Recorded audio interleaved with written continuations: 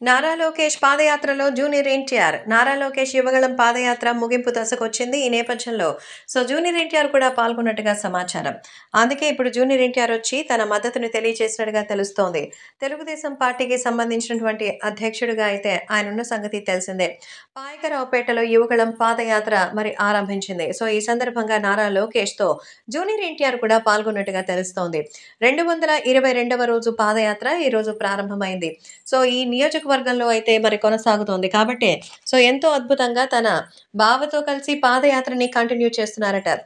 నారా లోకేష్‌కి సంబంధించి 3000 కిలోమీటర్లకి సంబంధించిన ఒక మైలురాయిని ఆయన అక్కడ ఏర్పాటు చేశారు.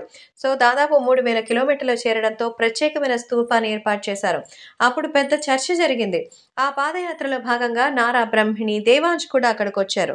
వాళ్ళతో పాటు చిన్నల్లుడు భరత్, అలాగే ఇంకా మోక్షజ్ఞ కూడా వచ్చిన సంగతి తెలిసిందే. తాజాగా ఈ పాదయాత్రలో జూనియర్ ఎన్టీఆర్ కూడా వచ్చినట్టుగా సమాచారం.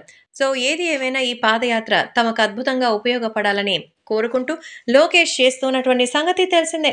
ప్రజలతో అభిమానాన్ని చూరుకునేలా తమ సమస్యలని వింటూ ఎంతో చక్కగా యువగళం పాదయాత్రని మరొక 4 రోజుల్లో ముగించబోతున్నారు.